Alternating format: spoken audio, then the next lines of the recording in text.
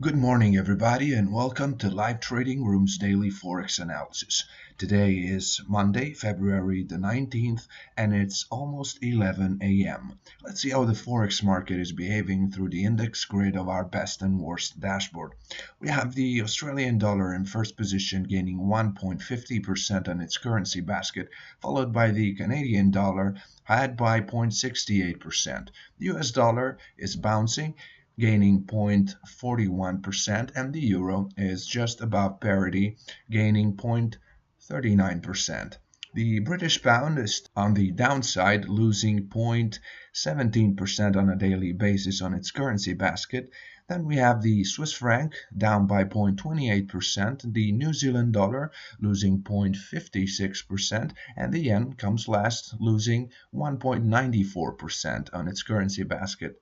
The power strength gives us the yen 100% short and the Australian dollar 100% long. We have significant percentages on the Swiss franc and the euro also, respectively 85% short and 85% long. The best trades so far in the Forex market are Aussie yen, the best against the worst currency of the day, gaining 0.41%, and Canadian dollar yen had by 0.32%.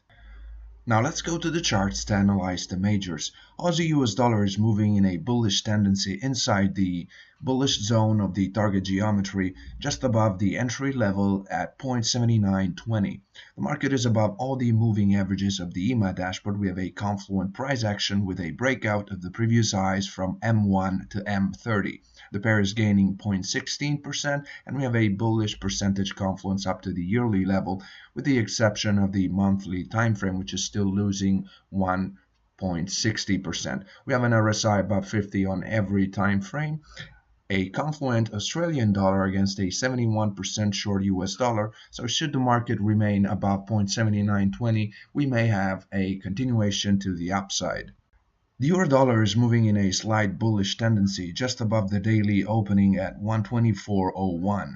We have a percentage variation of 0.02%, a bullish price action at an intraday and multi-day level with a breakout of the previous highs on M15 and M30. We have a bullish percentage confluence up to the yearly level. The RSI is above 50 on every time frame except the intraday ones. We have an 85% long euro against a 71% short US dollar. So should the market close above 124.25 and remain above the monthly opening at 124.12, we may have a continuation to the upside.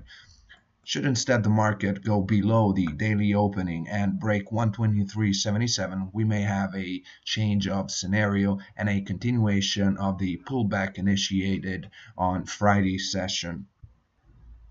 We have a daily doji on the cable, which is moving inside the no trade zone of the target geometry so far.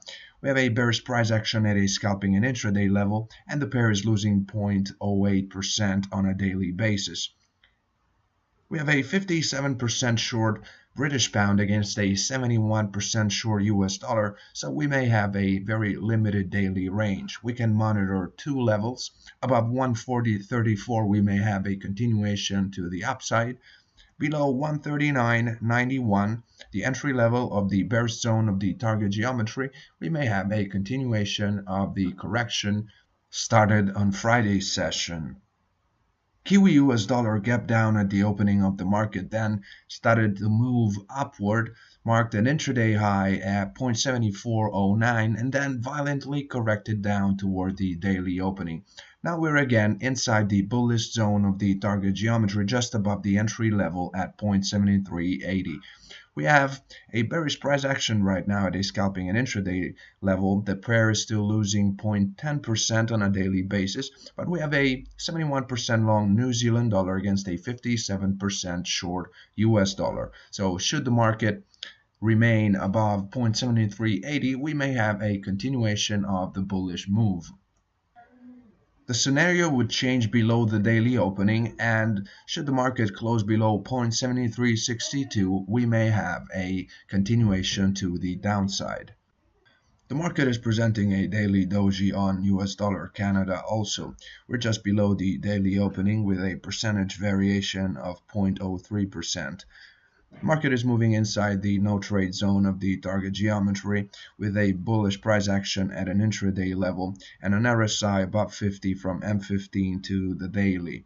We have a 57% long Canadian dollar against a 57% short US dollar, so should the market break 125.71, we may have a continuation to the upside.